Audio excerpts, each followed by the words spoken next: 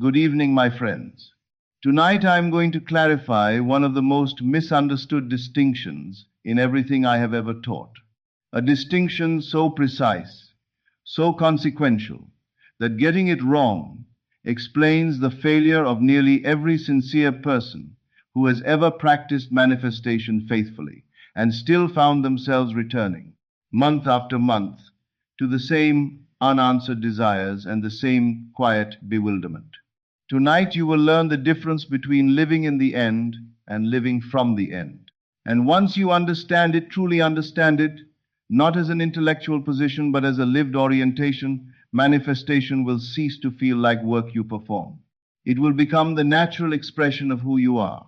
Most people who struggle with manifestation are living in neither place. They are living in the middle, perpetually reaching toward their desire without ever arriving at it, perpetually in the posture of someone who is trying to get somewhere they have not yet claimed. Tonight that changes. Tonight you learn to occupy the end completely, not to travel toward it, not to hope for it, not to work at it, but to be it. Let me begin by defining these terms precisely, because imprecision here is the source of almost every difficulty. Living in the end is internal. It is your state of consciousness, who you are being in the quiet interior of your mind, in the imagination, in the place where only you and your God exist. No one can see it. No one can confirm it. No one can take it from you. It is the seed planted in consciousness. Living from the end is external. It is how that inner state expresses itself naturally and without effort through your thoughts, your words, your decisions, your daily behavior. It is the tree that grows from the seed. You cannot have one without the other and expect anything real.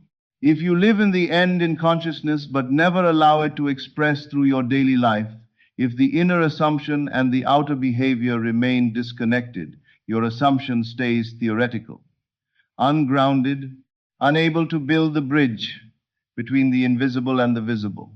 If you try to live from the end without first genuinely inhabiting it, if you act wealthy while feeling poor, behave as though you are loved while assuming you are not, you are performing a role without the consciousness to inhabit it. This is exhausting. It is the specific exhaustion of pretending, and it accomplishes very little. You cannot produce from a state you are not actually in. Both are necessary. Both are essential, and they must occur in the right order. Before we go further, we must be absolutely clear about what the end actually means, because here is where most people take a wrong turn, and it sends them in a direction that, however sincerely traveled, does not arrive where they intend. The end is not the moment of receiving. It is not the day the money appears in the account, or the morning the phone rings with the news you've been waiting for, or the evening when the person you love says the words you have been hoping to hear. These are all effects. These are manifestations. They are the shadow cast by consciousness, and as beautiful as shadows can be, they are not the thing itself. The end is the state of consciousness of already having your desire, the inner knowing, the settled assumption, the identity of the person who possesses it, not who just received it, not who is thrilled about it, not who is still processing that it happened, the person for whom it is simply unremarkably true. The end is always a state, never an event. When I say live in the end, I am not asking you to imagine the future moment when your desire arrives. I am asking you to occupy the state of consciousness of someone who has already had it long enough for it to be ordinary. Let me give you a specific example so the distinction is unmistakable. Suppose you desire financial abundance. Most people imagine the moment of arrival, checking the account and seeing the number, receiving the windfall, the specific excitement of becoming wealthy. But this is not the end. This is the bridge. This is the journey from where you are to where you want to be. And if you are imagining the journey, you are still in consciousness, in the middle. The true end is 6 months after you became wealthy. The money is no longer a topic of ongoing internal conversation. You don't check your account with the specific alertness of someone who needs confirmation. The excitement has long settled into the quiet, unremarkable background of simply being someone for whom abundance is just how things are. It is taken for granted. It is normal. Can you feel the difference between those two states of consciousness? One is the becoming, the other is the being. Always go to the being. Always go to the state, never to the journey toward it. Now let me teach you what it actually feels like to live in the end, what happens internally when you are genuinely there. The first thing that changes is your inner conversation. Listen carefully to how you speak to yourself about your desire. Do you say, I hope this works out. I'm trying to manifest this. When will this happen? Maybe if I do enough of the techniques. Eventually, these are the inner conversations of someone who is not living in the end. These are the thoughts of someone still in the middle, still reaching, still seeking, still facing toward a destination they have not claimed. When you are living in the end, your inner conversation sounds entirely different. Not hopeful, not trying. It is done. This is mine. Thank God this is already accomplished. You are not hoping for it. You are grateful for it, in the way you are grateful for things that are simply and undeniably yours. The second sign is that you stop seeking confirmation. When you genuinely know something, you don't check for proof. You don't look at your bank account hoping to see something different. You don't scan the horizon for signs that your assumption is working. Why? Because the person who has their desire doesn't need to confirm they have it. They simply have it. If I asked you right now whether you have hands, you would not look down to check. You would not need proof. You simply know. The quality of that knowing settled, certain, entirely untroubled by the need for confirmation, is the quality of knowing you must have about your desire when you are genuinely living in the end. It is decided. It is done. The third sign is that contrary circumstances lose their power to disturb you. When someone points at your empty bank account and says, but you're not wealthy, it does not shake you. When circumstances appear that seem to contradict your assumption, they roll off you the way water rolls off stone. Not because you are suppressing your reaction, not because you are forcing yourself to stay positive, but because you understand at the level of genuine inner knowing that current circumstances are showing you the old reflection. They are the mirror showing you where your consciousness was. You have moved. The mirror simply hasn't caught up yet. And you are not fooled by a lagging mirror. Think of it this way. If you smile at a mirror that takes 5 seconds to reflect your expression, you do not stop smiling because you see a frown staring back at you. You hold the smile, knowing the reflection is delayed, knowing it must eventually match. This is precisely how you relate to contrary circumstances when you are living in the end. They are the delayed mirror. You know what you are. You are not moved by what the mirror still shows. The fourth sign, and perhaps the most important, is naturalness. When you are genuinely living in the end, your desire feels natural, not exciting, not miraculous, not almost too good to be true. Natural, ordinary, the quiet unremarkableness of something simply and completely yours. Think about how you feel about the things you already have, your name, your home, your own hands. Do you feel excited about them every day? Do you affirm that they are yours? Do you visualize them and work to maintain your belief in them? Of course not. They are yours. They are so naturally, completely yours, that you take them for granted in the healthiest sense, the sense that they require no maintenance, no confirmation, no ongoing emotional management. This is the feeling you must cultivate for your desire. Not excitement. Excitement means it is still special, still separate from you, still something outside yourself that would be wonderful to receive. Naturalness. The calm, untroubled taking for granted of something that is simply yours. When you catch yourself feeling excited about your desire, notice it. Excitement is not the signal that you have arrived in the end. It is the signal that you have drifted back into the middle. The desire is still ahead of you in your mind, still something you are moving toward rather than something you possess. Return to naturalness. Return to the simple, unremarkable knowing that it is already done. Now, once you have genuinely established this internal state, once you are truly living in the end in consciousness, that state will begin to express itself through your daily life. This is living from the end. And here is the crucial thing.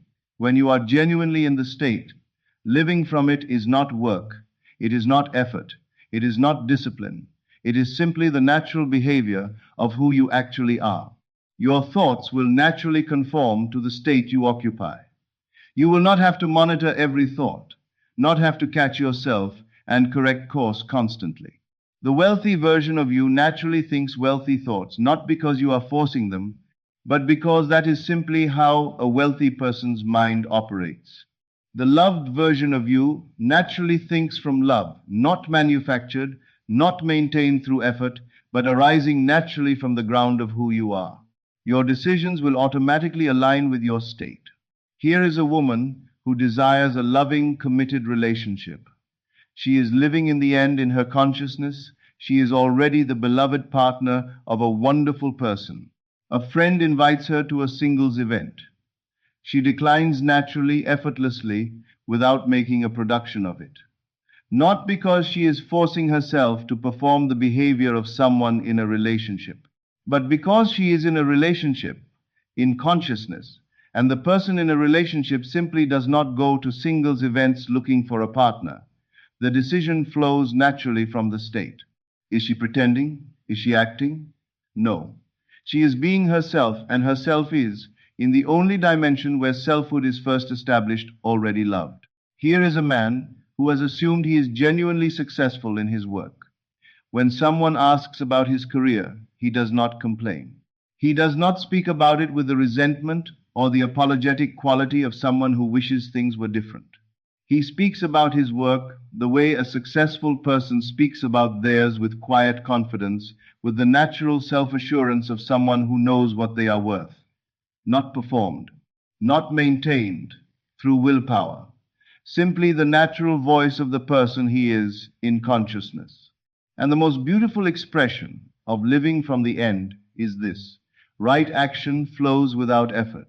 The person who has assumed health does not need to force themselves to make healthy choices. The healthy person naturally chooses nourishment, naturally enjoys movement, naturally tends to their body not as disciplines they must maintain to reach a destination, but as the natural behavior of someone already at home in their own vitality. When you are genuinely living from the end, manifestation is not work. It is simply the outward expression of the inner reality you have already established. Let me now show you precisely where most people go wrong, because naming the mistakes clearly is half the work of avoiding them. The first mistake is trying to live from the end without living in the end. This is the fake it till you make it approach, performing the behaviors of the desired state while the inner consciousness remains in the old one. It is exhausting because you are constantly working against the gravity of your actual assumption. You can only live from a state you are genuinely in. Establish the interior first. Everything else follows. The second mistake is visiting the end rather than dwelling there.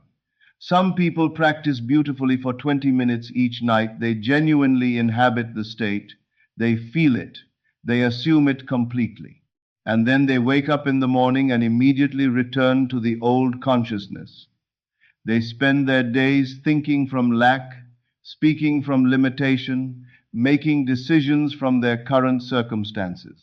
And then they wonder why the evening practice isn't producing results. The end is not something you practice. It is something you live.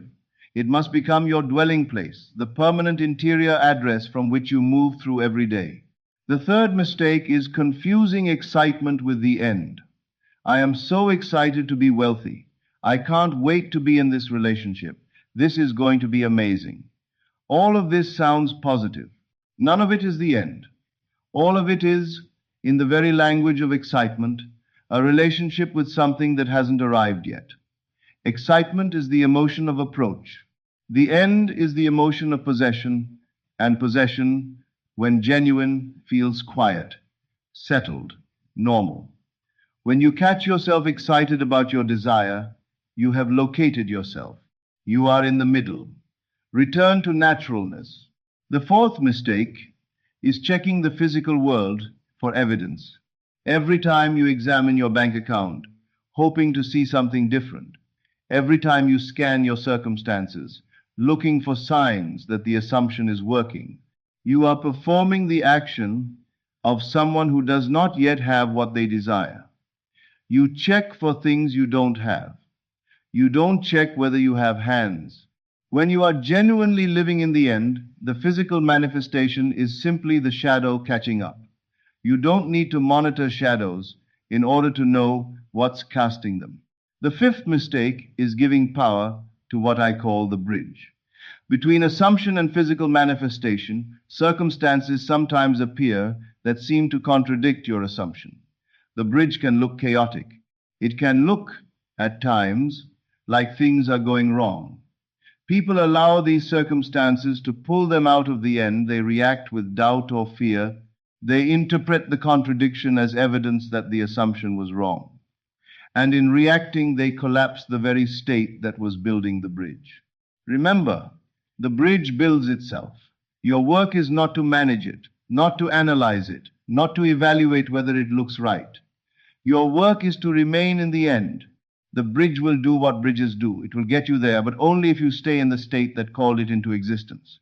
Let me give you the exact practical sequence for entering this state and living from it throughout your days. Step 1. Identify the true end, not the event, not the moment of receiving, the state of being. Ask yourself, if I had this desire, who would I be?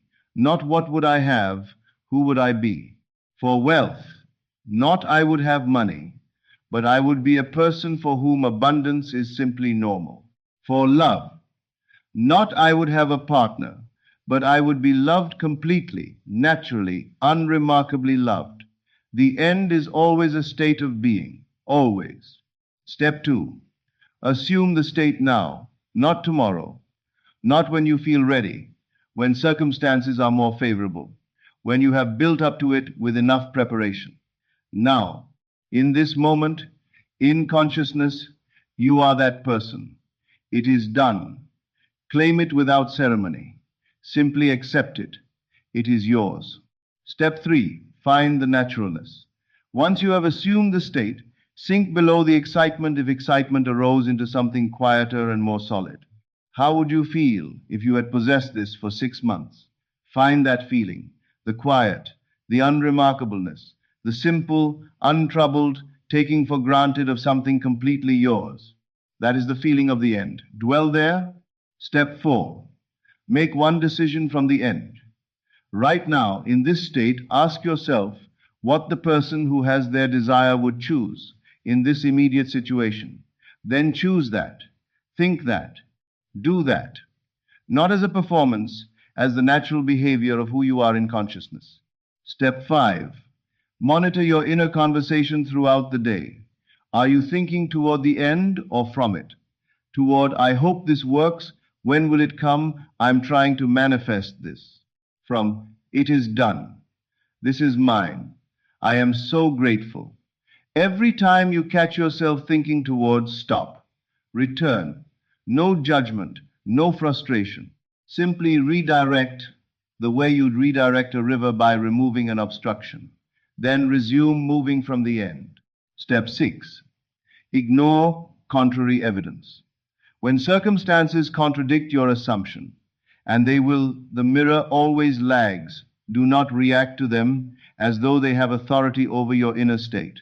Recognize them for what they are, old reflections, where your consciousness was, not where you are now. Acknowledge them calmly and return to your assumption. Step 7. Fall asleep in the end. The state you occupy as you cross the threshold into sleep impresses the deeper mind most powerfully. Every night, before sleep takes you, return to the state of the wish fulfilled, not the journey toward it, the state of already being the person who has it. Let that be the last conscious experience before sleep.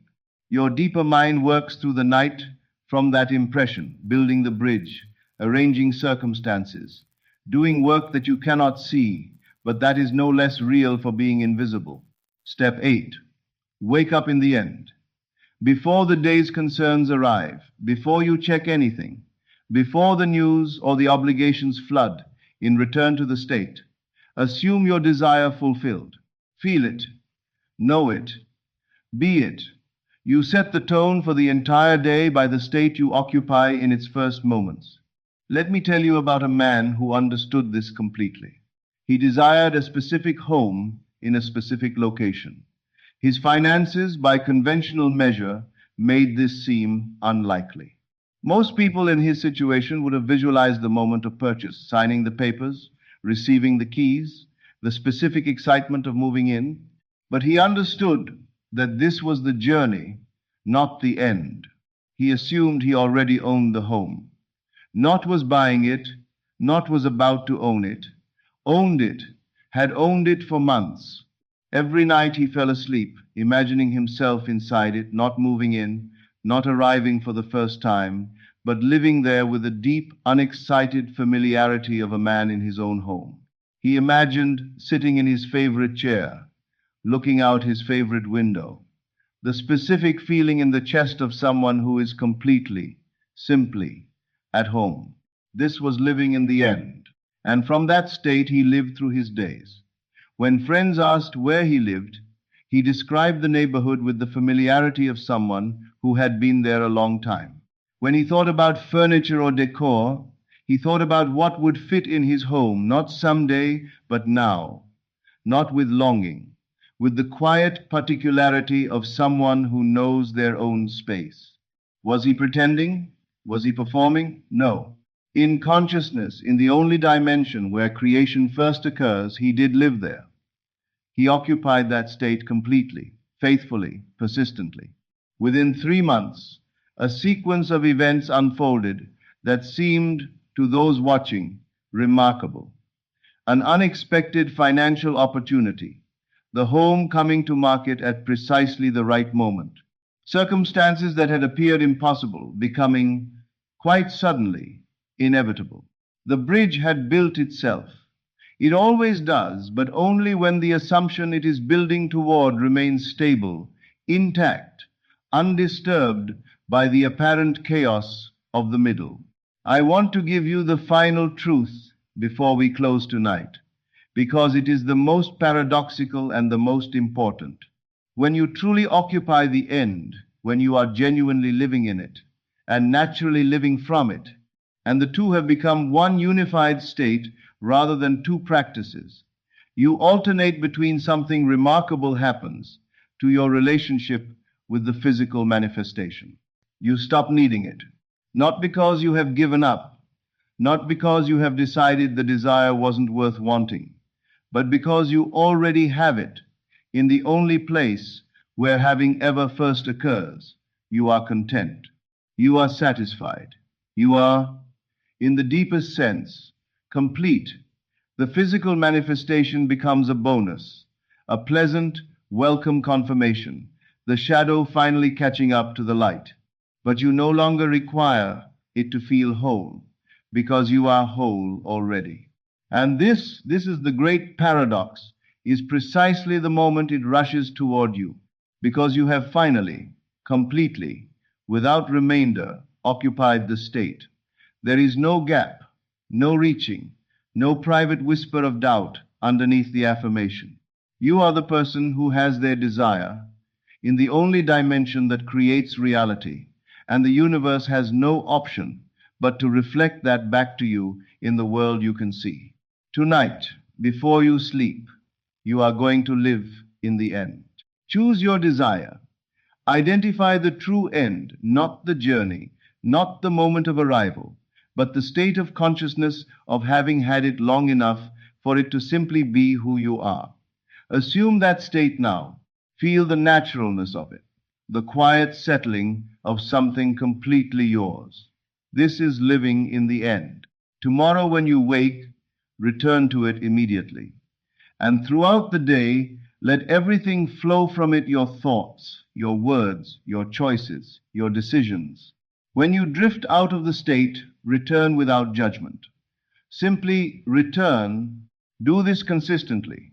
Morning and evening, establish yourself in the end, throughout the day, live from it, and watch as the world which has no option, which is governed by a law as reliable as gravity, reorganizes itself to match the person you have already become in consciousness.